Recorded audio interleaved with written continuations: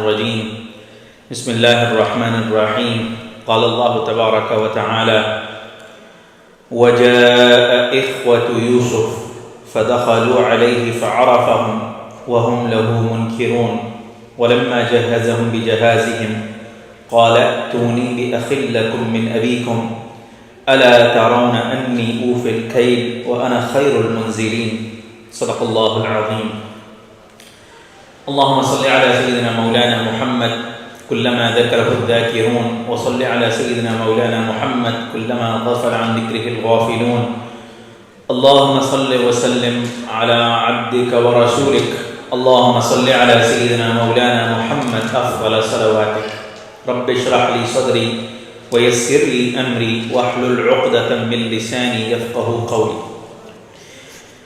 We are continuing the beautiful story of Sayyidina Yusuf alayhi salam, the great prophet of Allah subhanahu wa ta'ala, the son of the great prophet of Allah, Yaqub alayhi salam, the grandson of the great prophet of Allah, Ishaq alayhi salam, and the great grandson of the great prophet of Allah, Ibrahim alayhi salam. In our previous session, we talked about the ascension of Sayyidina Yusuf A.S. to the throne of Egypt. Egypt was one of the most advanced and most civilized nations at that time. And we're talking about 4,000 to 5,000 years ago. The king who was on the throne at that time cannot be compared to the king that later ascended to the throne and who was in power during the time of Sayyidina Musa alayhi salam. It's worth noting that the name Fir'aun is not actually the name of a person. Most of us, when we hear the name Fir'aun, only one person comes to our mind, and that is the Fir'aun or the Pharaoh who was the king at the time of Musa alayhi salam, who is known for his brutality, who is known for his tyranny, who is known for his oppression, who is known for his murderous crimes, and who is known for his cruelty. But in reality, Fir'aun is actually the title that was used for the leaders of Egypt. So like we use the word president for the leader of our country, some countries used other names. Like for example, if you go to Emirates, they don't have the president either. They have Amir. The states that make up United Arab Emirates, the leaders are the Amirs. And Kuwait also has an Amir. Kuwait does not have a president or the king. Their Amir is whatever it is. Bahrain also has the Amir. So some places call their leaders kings, some places call their leaders presidents, some places call their leaders prime ministers, some places call their leaders other names. Egyptians used to refer to their leader as Fir'aun. And once that dynasty died, that ruled Egypt, and this was a dynasty, in order to become royal, you had to be part of that family. You cannot become royal from outside. But the king who was the leader in the time of Yusuf alayhi salam, he was a totally different person from the Fir'aun that ruled Egypt during the time of Sayyidina Musa alayhi salam. That king was actually a good person.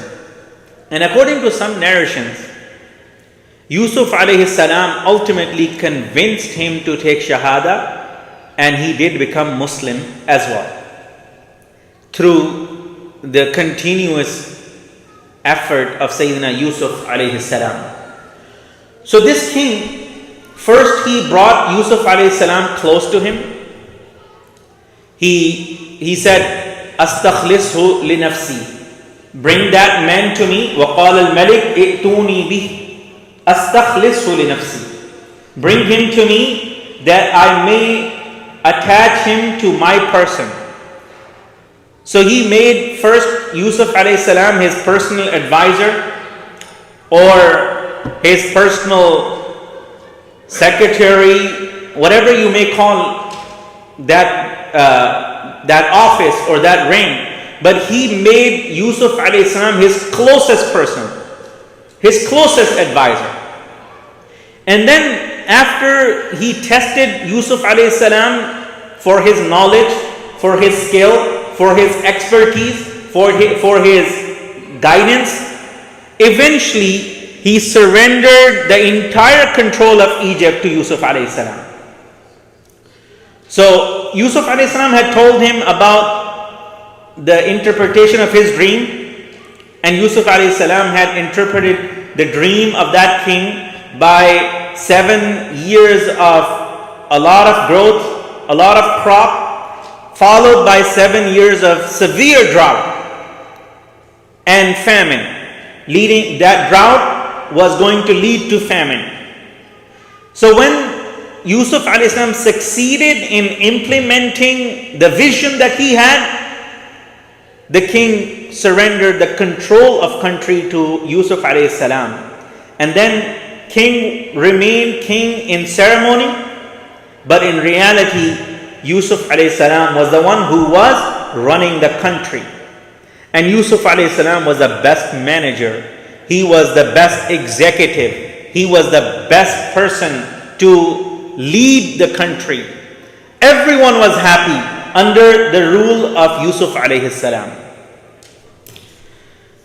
So when the drought began, it did not only affect Egyptians, it affected all those around Egypt as well. It was perhaps a global famine and a global drought.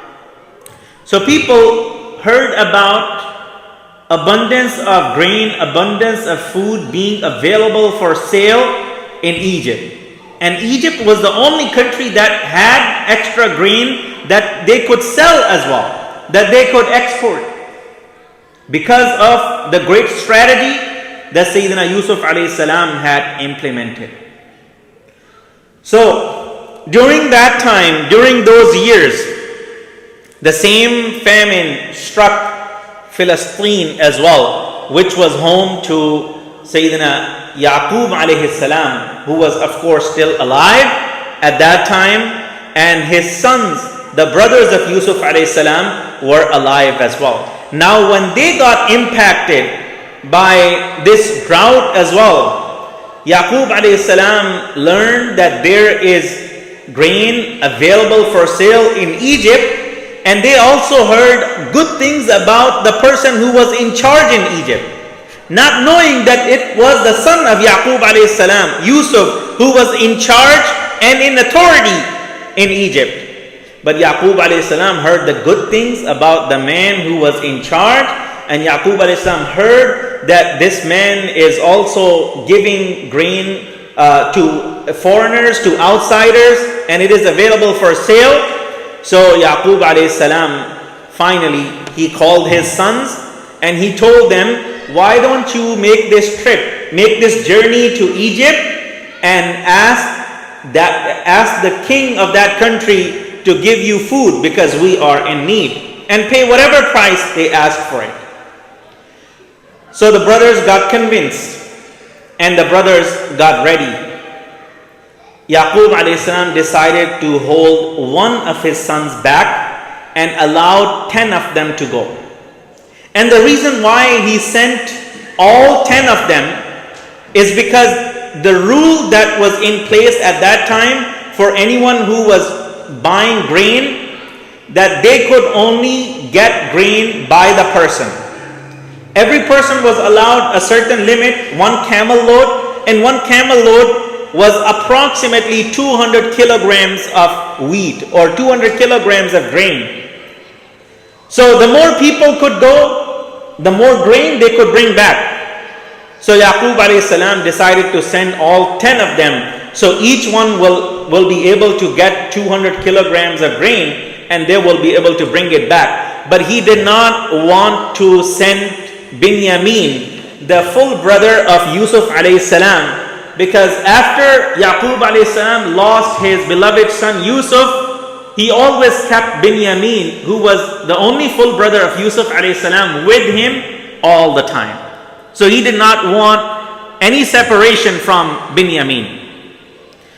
So the 10 brothers finally made this journey, and these 10 brothers, they were strong, they were big, they were tall, and Allah subhanahu wa ta'ala had made them handsome as well. Of course, they were brothers of Yusuf alayhi salam, and Yusuf alayhi salam was the most handsome of all.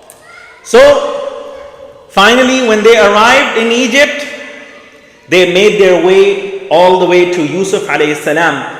The way Yusuf alayhi salam was managing the sale or distribution of grain, he was supervising the whole thing by himself.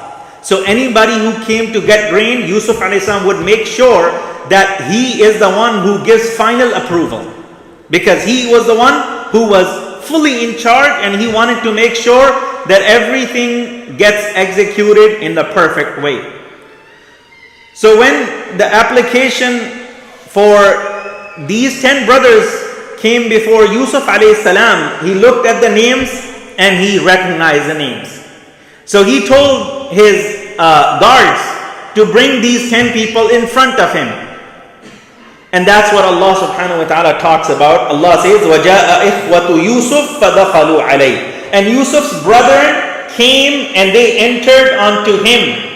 فَعَرَفَهُمْ. So as soon as Yusuf alayhi salam looked at them, he recognized them. He immediately recognized them as his brothers who had been so bad to him, who had thrown him into the well, and who abandoned him, who deserted him, and who put him through all this misery and through all this hardship. But at the end, Allah was with Yusuf alayhi salam, and so Allah subhanahu wa ta'ala not only helped Yusuf through all those hard years, but Allah subhanahu wa ta'ala brought him to this position of power, and his brothers are now literally beggars before him. So when these brothers came before Yusuf alayhi salam asked them, what are your names? So one by one they gave their names. I am this, I am this, I am this, I am that. So Yusuf alayhi salam then asked, who's your father?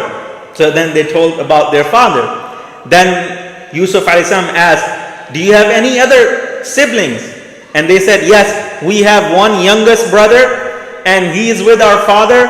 Our father does not let him go away from him because he loves him too much.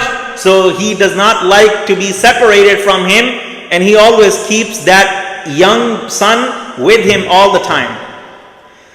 And they failed to recognize Yusuf as Yusuf. What they could see in front of them was a man in power, was a man in charge, was a man who was in complete authority. And not in their farthest imagination they could think that the same brother that we had thrown in the well, the same brother that we had abandoned and deserted many years ago, about 30 years ago, that same brother has now ascended to the throne of the most advanced nation and the most powerful nation on the face of this earth. They could not believe. Even if someone told them that is Yusuf, the same Yusuf, your brother, they could not believe it. So Allah subhanahu wa ta'ala says, وَجَاءَ إِخْوَةُ يُوسُفْ فَدَخَلُوا عَلَيْهِ فَعَرَفَهُمْ وَهُمْ لَهُ مُنْكِرُونَ. They did not recognize Yusuf. So Yusuf a.s.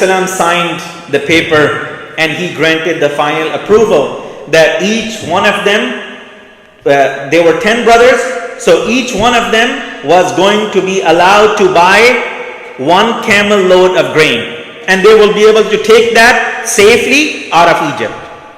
وَلَمَّا جَهَّزَهُمْ بِجَهَازِهِمْ قَالَ ائْتُونِي بِأَخٍ لَكُمْ مِنْ أَبِيكُمْ. And when he had furnished them with their provisions, Yusuf said to them, bring me a brother of yours from your father. The brother that you were talking about, that you told me always lives with our father, bring me that brother as well. There are 2 reasons why Yusuf a.s. told them to do this. One, Yusuf a.s. was basically encouraging them. They asked, while they were getting the grain, and they told Yusuf a.s. that we also have a younger brother, so maybe you can give us his share as well. Yusuf a.s. he excused himself and he apologized. He said, I cannot. The rules of Egypt do not allow me to give you grain for someone who's not present, who's not here. So I cannot.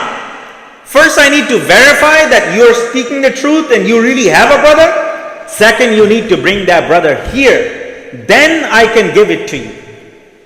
So while he furnished them, he gave them all the food, all the provisions, all the grains.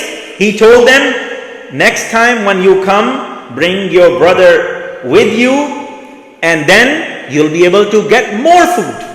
Next time you'll be able to get 11 camel loads of grain instead of 10, because all of you will be here. أَلَا تَرَوْنَ أَنِّي أُوفِي الْكَيْلِ وَأَنَا خَيْرُ الْمُنْزِلِينَ. Do you not see that I give full measure and that I am the best of the host?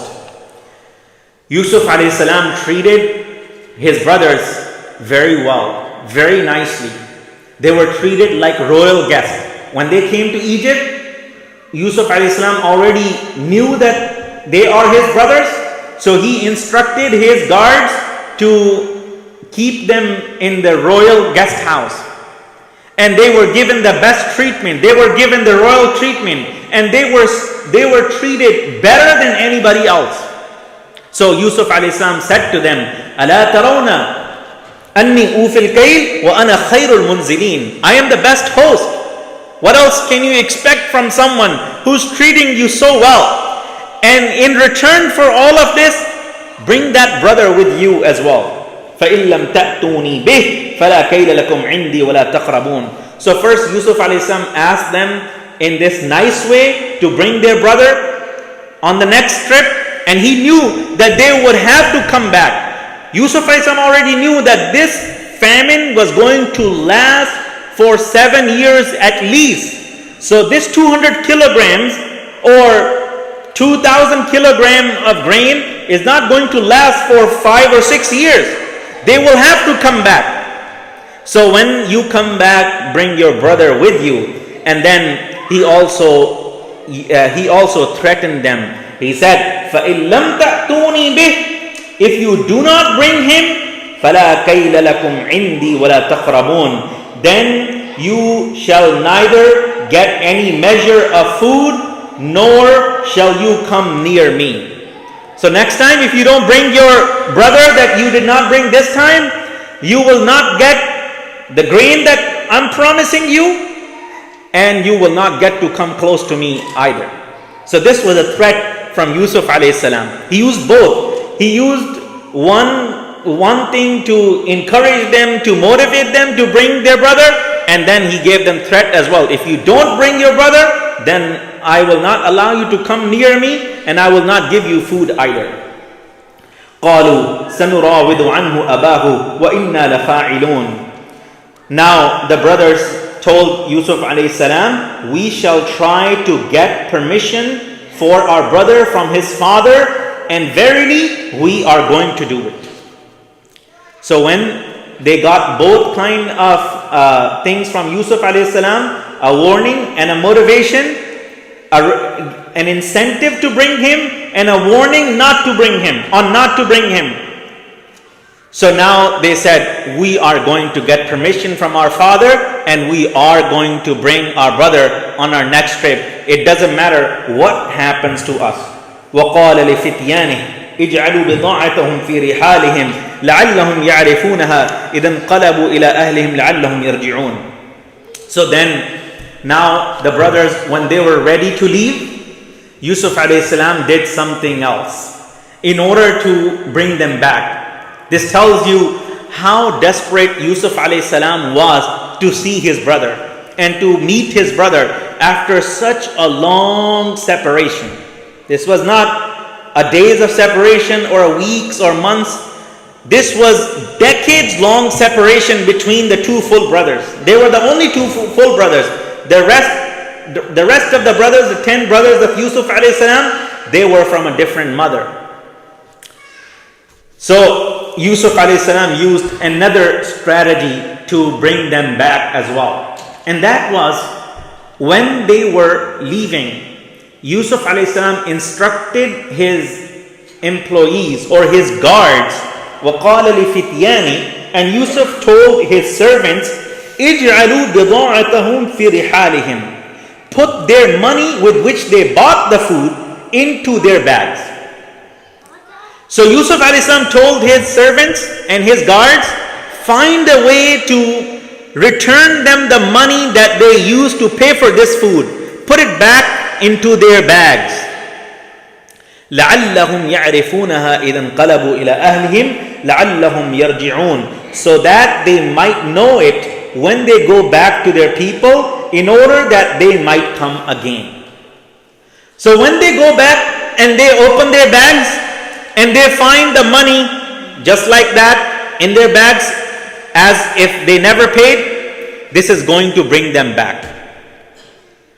Now the money at that time was not in paper bills like it is today. The money at that time was always in coins of gold and silver.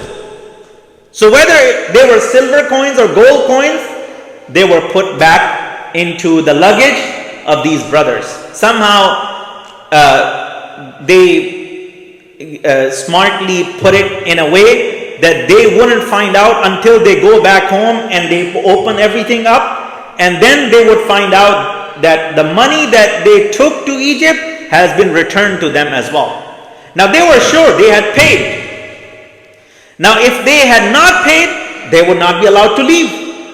There were very strict security measures in Egypt, and there was no way that they would be allowed to leave without paying for the food. So they had already paid for the food, but Yusuf A.S. instructed his guards to put their money back into their bags. So when they go back home and they open their bags, they realize that our money has been returned to us, then that will give them another reason to come back. So first, Yusuf A.S. told them, if you bring your brother, I will give you more, and I will be very good to you, and I will be a very good host. Then Yusuf A.S. told them, if you don't bring him, then I will not give you any food next time, and I will not allow you to come near me either. The third thing that Yusuf A.S. did, he gave them their money back. And there are two reasons why he gave them their money back. One, so when they go back and they realize that their money has been returned to them, it will give them another reason to come back and buy food from here. It will make them a better returning customer. So this was an incentive. The second reason that some scholars have mentioned is that Yusuf A.S. realized that his family was very poor. The brothers were poor, Yaqub A.S. was poor, they were not living a rich life. So Yusuf A.S. realized after this brief interrogation from his brothers that they don't have more money to buy food. Whatever money they had, they already used it to buy this food, and therefore Yusuf A.S. realized that this is not a good thing. I need to help my family, I need to help my brothers, and so he returned them their money in order to help his own family, his brothers who did wrong to him, in order to help the same brothers. And from his own pocket, Yusuf A.S. put that much money into the treasury as well. So it doesn't look like he's stealing from the government. When you are in charge, you're not allowed to steal from the government. If somehow you have the power, you are the treasury, or you are in control of the finances, that doesn't give you the right to steal from there. So it doesn't mean that Yusuf A.S. gave them their money back and ended up stealing from the government. No. Yusuf A.S. paid for their food from his own pocket and put that much money back into the treasury that he was in charge of.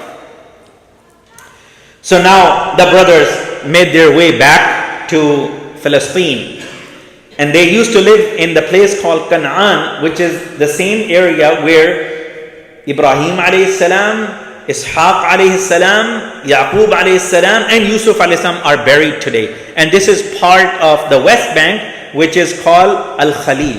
In Arabic it's called Al-Khalil. The city is called Al-Khalil, and in Hebrew it is called Al-Hebron. فلما رجعوا إلى أبيهم قالوا يا أبانا منع منا الكيل فأرسل معنا أخانا نكتل وإنا له لحافظون.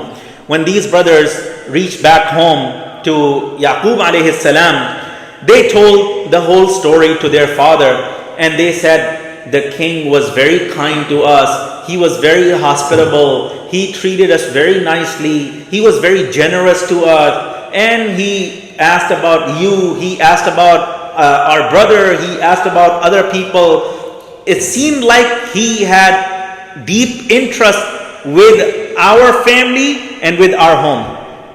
So they told everything to Yaqub alayhi salam. And Yaqub alayhi salam already could feel in his heart that there is something happening.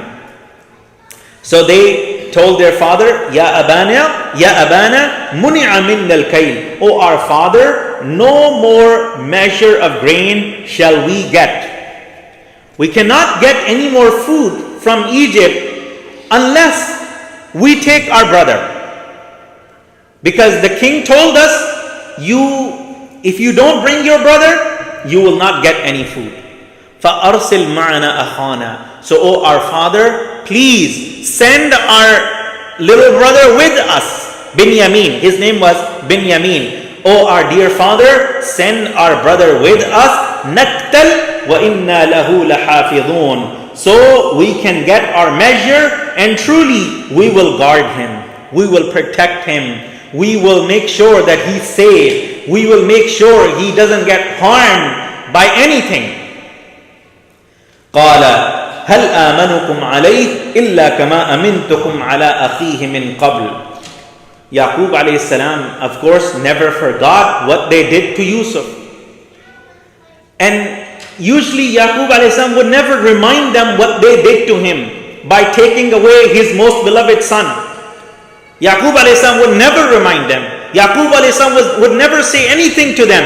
He always kept that in his heart, and that was what was really affecting him from inside, was making him so sad all the time because he lost his son. And who made him lose his son? The brothers of Yusuf alayhi salam. But now when they asked for the other one as well, the little brother of Yusuf alayhi salam, and they said, please send him with us and we're going to protect him and we are going to guard him.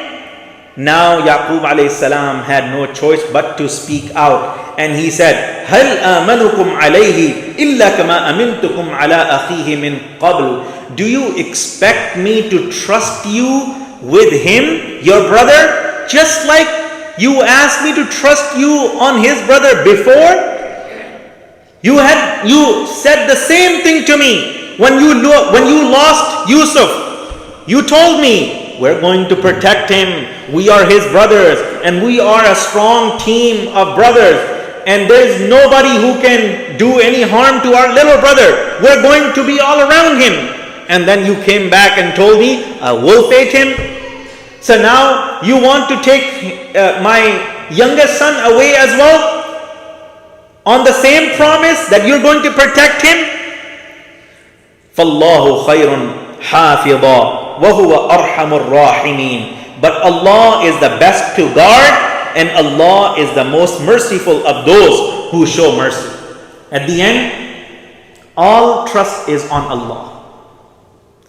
That's ultimately who you should trust and who you can trust.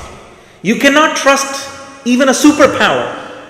Even if the superpower comes and tells you, I'm going to protect you, you cannot. Because Allah is the only one who is the best protector. فَاللَّهُ خَيْرٌ حَافِظًا. Allah is the only one who is the best protector. وَهُوَ أَرْحَمُ الرَّاحِمِينَ. And He is the most merciful of those who show mercy. وَلَمَّا فَتَحُوا مَتَاعَهُمْ وَجَدُوا بِضَاعَتَهُمْ رُدَّتْ إِلَيْهِمْ قَالُوا يَا أَبَانَا مَا نَبْغِي هذه بضاعتنا ردت إلينا ونمير أهلنا ونحفظ أخانا ونزداد كيل بعير ذلك كيل يسير. While they were having this conversation with Yaqub alayhi salam, and they were asking him, they were trying to convince him to let go of Binyamin on the next trip with them to Egypt, they started opening their luggage. And when they started opening their luggage, every one of them, the 10 brothers, individually started opening their luggages, and individually each one of them found the money that they had given to Egyptians back in their luggage. وَلَمَّا فَتَحُوا مَتَاعَهُمْ. When they opened their bags, وَجَدُوا بِضَاعَتَهُمْ رُدَّتْ إِلَيْهِمْ. They found that their money had been returned to them. And the reason why they're saying their money had been returned to them, they're not saying they made a mistake and they mistakenly did not pay, because they paid, they were checked, they were inspected, that they made the payment. So the only possibility is that, the only possible outcome is that their money was returned to them. So they gave them whatever provision, whatever food they got for free. So that's why they said, رُدَّتْ إِلَيْهِمْ وَجَدُوا بِضَاعَتَهُمْ رُدَّتْ إِلَيْهِمْ. They found that their money had been returned to them. قَالُوا يَا أَبَانَا مَا نَبْغِي. So now they all got excited and they tell their father, oh, our father, what else do we want? We got the food, more than what we expected, more than what we asked for, and we got the best treatment in Egypt, and we got our money back too. What else do we want? That's what you say, right? What else do you want? You got everything for free, you got treated the best way, and you got your money back as well. Ya Abana ma nabghi. Oh, our father, what else do we want? هذه بضاعتنا ردت إلينا. This money of ours has been returned to us. وَنَمِيرُ أَهْلَنَا وَنَحْفَظُ أَخَانَا وَنَزْدَادُ كَيْلَ بَعِيرٍ. So now we can get more food for our family. Since our money has been returned to us, now we have money, we can buy more food. وَنَمِيرُ أَهْلَنَا. So now we can go back sooner than what we thought originally. Because originally, they were not going to go back that soon since they didn't have more money. Now they have the money. So now we can go back and we can get more food. Not only that, if we take our little brother, we will get 200 kilograms of his grain as well, and we will get more food and we'll be able to bring it back home. وَنَمِيرُ أَهْلَنَا وَنَحْفَظُ أَخَانَا. And we are going to protect him. We're going to protect our brother. وَنَزْدَادُ كَيْلَ بَعِيرٍ. And add one more measure of a camel's load. ذَلِكَ كَيْلٌ يَسِيرٌ. This quantity is easy for the king to give. Or it's easy to get. Now it's easy for us to go back and get more food and bring it back home. Subhanallah. According to some narrations, when the brothers found that their money has been returned to them, they got concerned. Bible says that they got concerned because they thought this is not normal. In no place in the world it's normal to get food and then pay for it and then get your money back as well. It's not normal. So they got concerned that maybe we're being framed.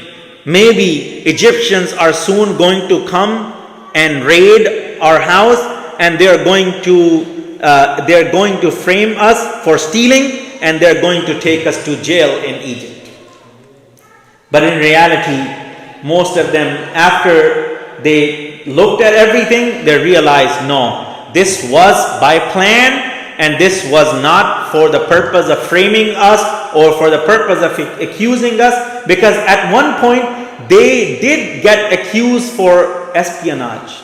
They did get accused for spying when they were in Egypt, but they were cleared. قال لن أرسله معكم حتى تؤتوني موثقا من الله لتأتونني به إلا أن يحاط بكم. So after their insistence and after their request, Yaqub alayhi salam, he gave them his response. He said, I will not send Binyamin with you until you swear a solemn oath to me in Allah's name that you will bring him back to me. This is what I want.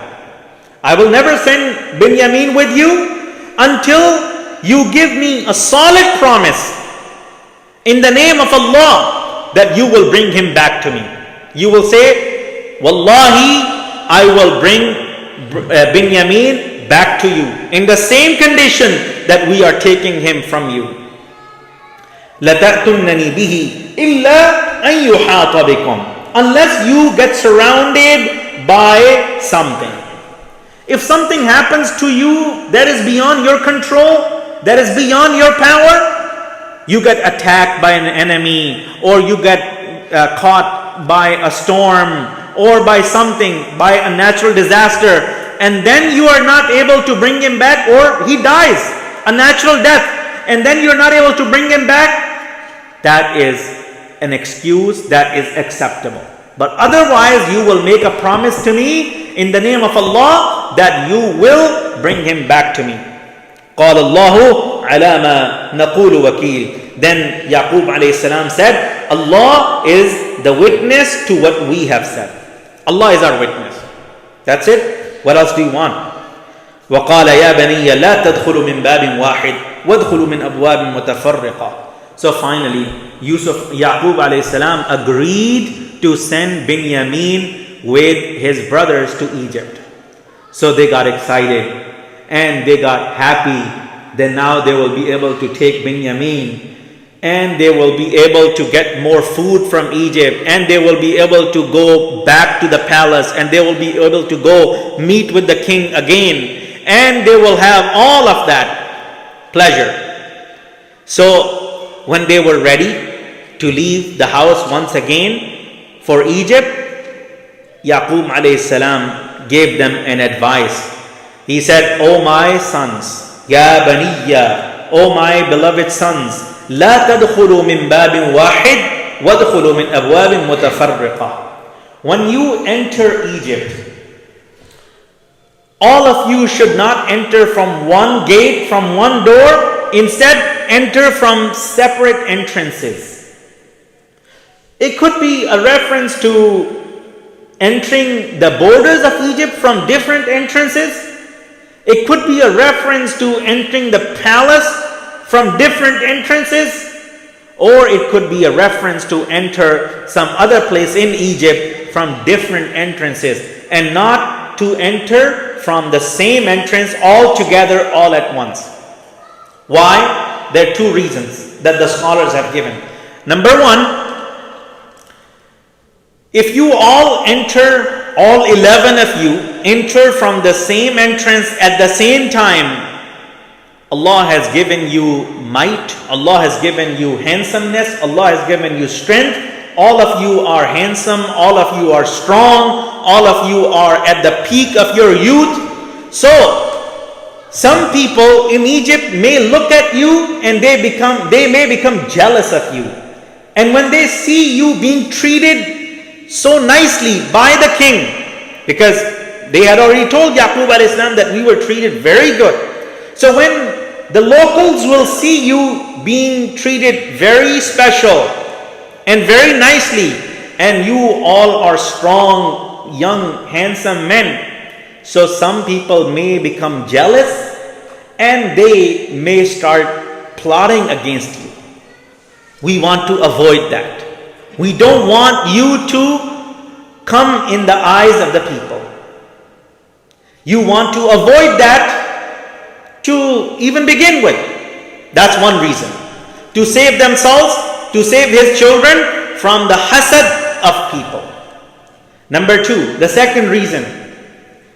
The second reason was that if they all enter at the same time from the same entrance, it may make them suspicious as well.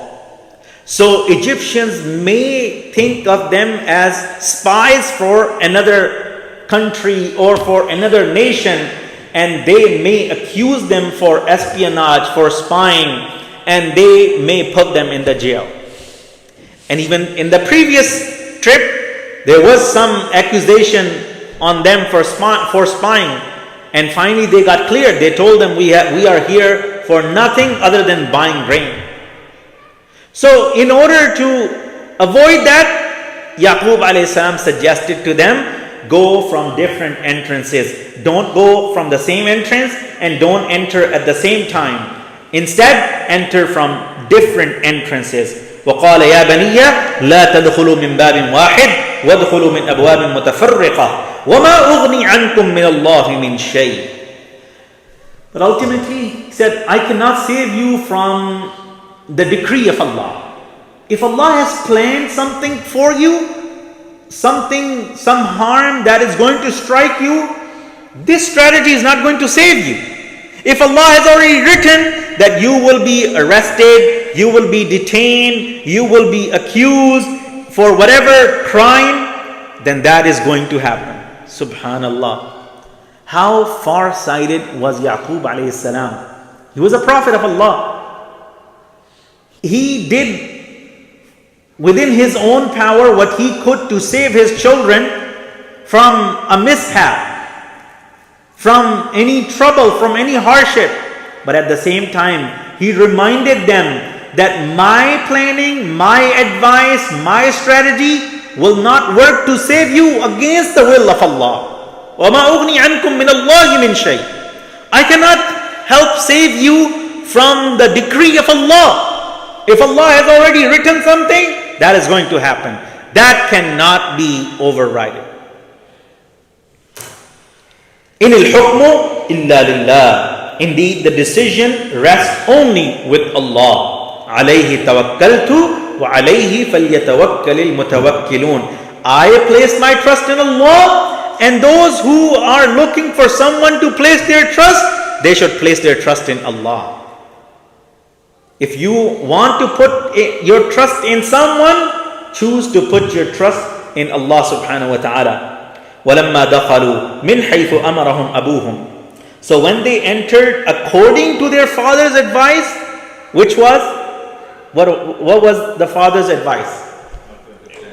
Huh? Yes. Enter through different entrances. Don't enter through the same door. So they followed their father's advice. وَلَمَّا دَخَلُوا مِنْ حَيْثُ أَمَرَهُمْ أَبُوهُمْ. They entered according to the advice of their father. مَا كَانَ يُغْنِي عَنْهُمْ مِنَ اللَّهِ مِنْ شَيْءٍ. It did not avail them in the least against the will of Allah. Subhanallah. They did follow their father's advice. They did do what their father told them to do. But their father also told them that my advice will not save you against the will of Allah. And here Allah said their father's advice did not help them against the will of Allah. إِلَّا حَاجَةً فِي نَفْسِ يَعْقُوبَ قَضَاهَا. It was just a need of Yaqub alayhi salam's inner self, which he discharged. It was something that he had to do. It was in his heart to give that advice, and he gave it. But it was not going to come in the way of the will of Allah and the decree of Allah. وَإِنَّهُ لَذُو عِلْمٍ لِمَا عَلَّمْنَا وَلَكِنَّ أَكْثَرَ النَّاسِ لَا يَعْلَمُونَ. And verily, he was endowed with knowledge because we had taught him, but most men do not know. Allah subhanahu wa ta'ala had blessed Yaqub alayhi salam with abundance of knowledge. And that knowledge, of course, was availed by Yaqub alayhi salam. And based on that knowledge, Yaqub alayhi salam did what he could and gave the advice that he could. But nothing can come in the way of the decree of Allah subhanahu wa ta'ala. وَلَمَّا دَخَلُوا عَلَى يُوسُفَ آوَى إِلَيْهِ أَخَاهُ قَالَ إِنِّي أَنَا أَخُوكَ فَلَا تَبْتَئِسْ بِمَا كَانُوا يَعْمَلُونَ. So now the second time when they enter upon Yusuf, now the 11 of them were there. So they entered upon Yusuf, and Yusuf alayhi salam took his brother Binyamin to himself. So from all the brothers, when Yusuf alayhi salam saw Binyamin, that was his full brother, he called Binyamin to his throne and he made him sit next to him. He gave him very special treatment. Awa ilayhi akha qala inni ana akhuk. Then he said to him in his ear, he said, I'm your brother, Yusuf. What a moment it was for Binyamin when he heard from Yusuf al-Islam in secret, in his ear, I'm your brother. فَلَا تَبْتَئِسْ بِمَا كَانُوا يَعْمَلُونَ. So do not grieve for what they used to do. Because these brothers were not only bad to Yusuf, they were bad to Binyamin as well. When Yusuf was gone, they couldn't do anything for their anger, but they would try to do that to Binyamin.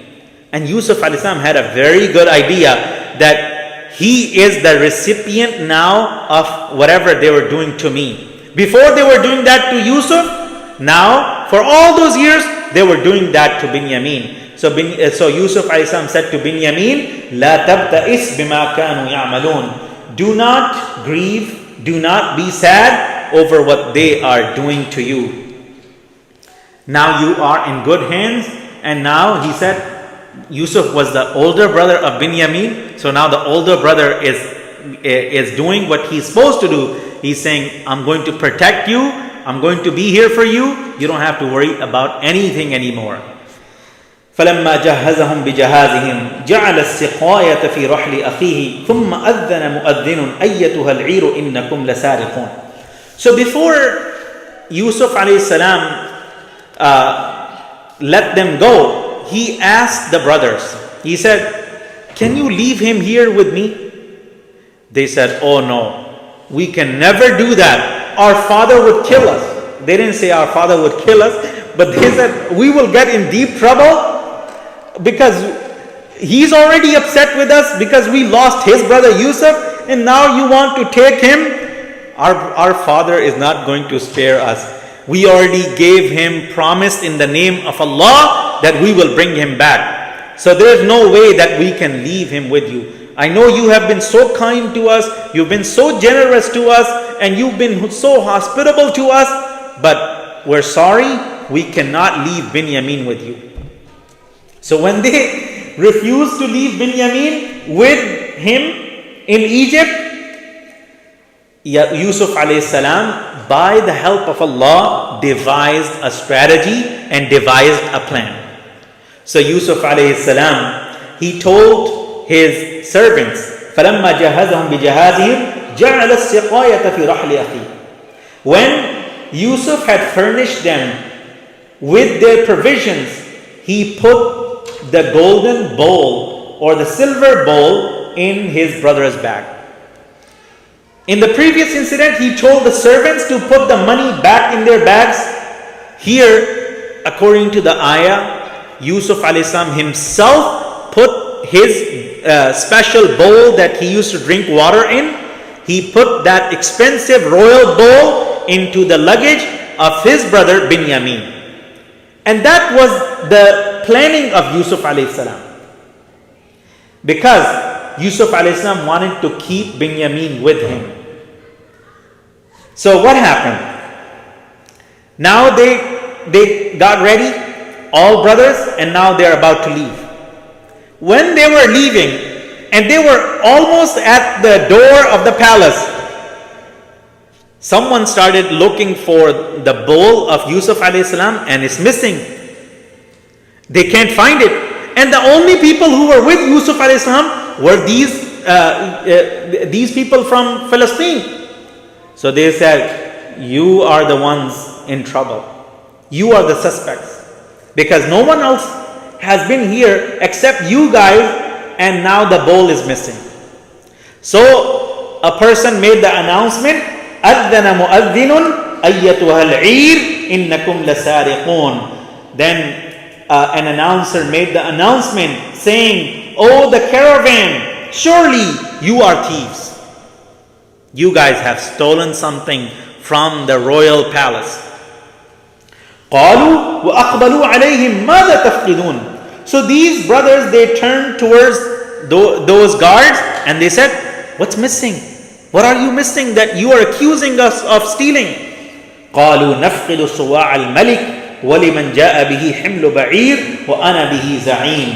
They said, we have lost the golden bowl of the king, and for him who produces it is a reward of a camel load, and I will be bound by it. We'll talk about it next Friday, inshallah. Wa akhiru da'wana and alhamdulillah rabbil alameen.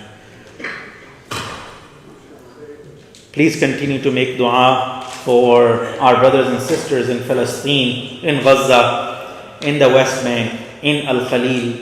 May Allah subhanahu wa ta'ala protect them. May Allah subhanahu wa ta'ala grant them relief. May Allah subhanahu wa ta'ala grant them refuge. May Allah subhanahu wa ta'ala paralyze the hands of the oppressors. May Allah subhanahu wa ta'ala paralyze the hands of the tyrants. Another Quran recitation has been completed, alhamdulillah. This is Quran recitation number 15, which has been completed, and we are going to make dua, inshallah. سبحانك اللهم وبحمدك اشهد ان لا اله الا انت نستغفرك ونتوب اليك. اللهم صل وسلم على عبدك ورسولك. اللهم صل على سيدنا مولانا محمد افضل صلواتك. اللهم انا نسالك الهدى والتقى والعفاف والغنى. اللهم انا نسالك العفو والعافيه والمعافاه الدائمه في الدين والدنيا والاخره. اللهم حبب الينا الايمان وزينه في قلوبنا وكره الينا الكفر والفسوق والعصيان واجعلنا من الراشدين. اللهم استر عوراتنا وامن روعاتنا. اللهم انصر أهل فلسطين على عدوك وعدوهم يا أرحم الراحمين. ربنا آتنا في الدنيا حسنة وفي الآخرة حسنة وقنا عذاب النار. ربنا تقبل منا إنك أنت السميع العليم وتب علينا إنك أنت التواب الرحيم. وصلى الله تعالى على خير خلقه محمد وعلى آله وصحبه أجمعين برحمتك يا أرحم الراحمين.